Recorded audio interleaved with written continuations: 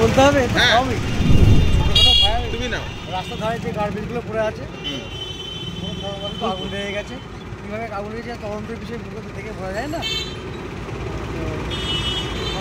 Fire brigade রয়েছে, আগুন নিয়েছে, দেখতে পাচ্ছি সবাই সঙ্গে সঙ্গে আগুনটা কোনো নেই, ভয়ের কোনো কারণ নেই।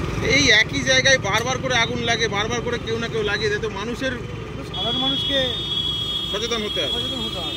কিন্তু ফায়ার ব্রিগেড পুলিশ প্রশাসন কিছু করতে পারে না, মানুষকে সচেতন হতে হবে নিজেদের ভালোর জন্য। আপনাদেরকে কেউ ফোন করেছিল? ঠিক আছে, আপনাদেরকে কন্ট্রোলকে ফোন করেছে, ফোন করেছে, এখন কন্ট্রোল তো, এখন কন্ট্রোল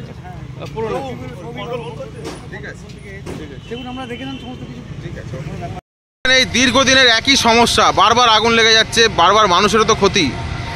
হ্যাঁ, মানুষের তো ক্ষতি আছে। এখানে একটা বরাত্রি যাচ্ছিল, বাজি ফাটাতে যাচ্ছিল, মনে হচ্ছে বাজি ফাটিয়েছে, তার জন্যই এটা আগুন লেগেছে। লেকিন এখানকার মানুষগুলো বলছে কি না, একটা ওইখান দিয়ে পাশে দিয়ে একটা মানুষ যাচ্ছিল, মনে হচ্ছে কি ড্রিঙ্ক করেছিল, মনে হচ্ছে কি সিগারেট কিছু ফেলে দিয়েছে, তার জন্যই আগুনটা লেগেছে।